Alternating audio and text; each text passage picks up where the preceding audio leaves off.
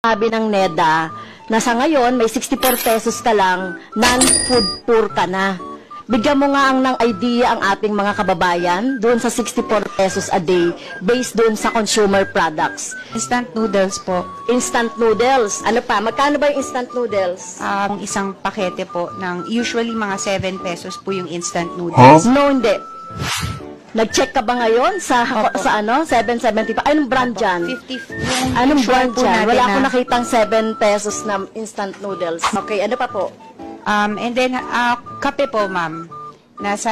Yung 3-in-1 na kape po, nasa SRP bulletin din. Magkano yun? Ang kape po, usually yung 17 grams ang pinakamababa po. Around 18 grams, 4 pesos po. 40 pesos, 10 centavos. So, tingin nyo ba masustansya itong mga pagkain na to? So, kung lalagyan niya ng mga gulay-gulay, so yung 64 pesos sa isang tao ay hindi yan magkakasya. Dapat magtulong-tulong tayo dito, no? Consumer man yan, agricultural products man yan, na mapababa talaga yung presyo ng mga bilihin para maka-afford naman yung ating mga mamayan sa mga healthy food.